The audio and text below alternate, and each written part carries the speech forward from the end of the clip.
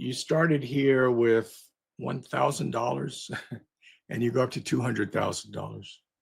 A $1,000 portfolio, even starting in 2016, would have grown to $200,000 Yeah.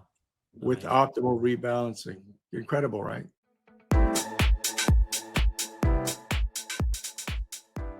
Let's look at some equity curves, though, in the appendix. These equity curves on this slide are for annual decisions. And I used a 5-year look back, which is a little more conservative on the blue line. And then I took all the data from 2011 with the orange line. And this is how your Bitcoin holdings would develop over time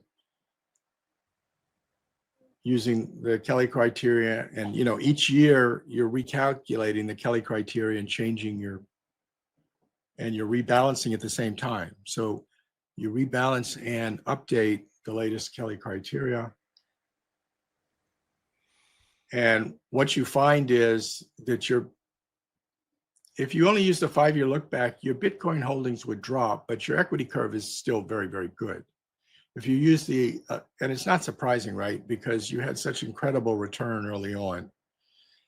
If you use the full 14 years of data, then, your amount of Bitcoin would not drop and your equity curve would be very steep. So you started here with $1,000 and you go up to $200,000. A $1,000 portfolio, even starting in 2016, would have grown to $200,000 Yeah. with Nice. optimal rebalancing. Incredible, right? And that's projection is, for 2025, it's just it's just ChatGPT did Monte Carlo projection for that. I like how you skip all the boring stuff with ChatGPT. So Yeah. And this shows the equity curves, and this is for the question you were asking.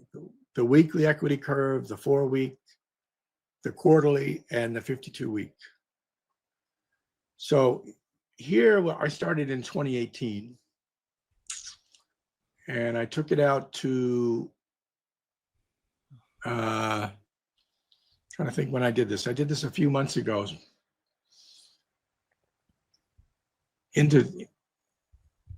Why that one goes to 2025, I'm not sure, but into 2024. mm-hmm. And you started out with 1,000 with the weekly criteria. You grew to 1,800. It wasn't phenomenal. With the monthly criteria, 4-week, you grew your $1,000 to 2,700. With quarterly decisions, you grew it to 6,300. And with annual decisions, you grew it from 1,000 to 11,000. Wow. So tweaking less is better. Trading actually makes it worse. Be chill.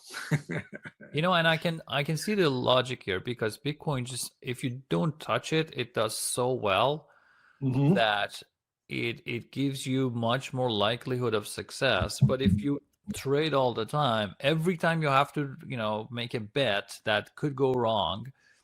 But if you don't do those short bets and just wait for a long time, the chances of winning just goes up. It might go down a couple weeks, but on average, because it goes up, your likelihood of success approaches 100% if you hold longer.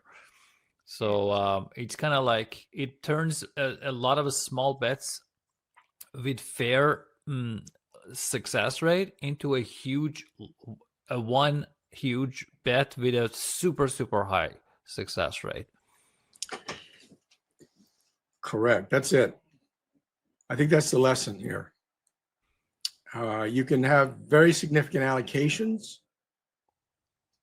but you need to use those longer time frames of quarterly or annual for rebalancing.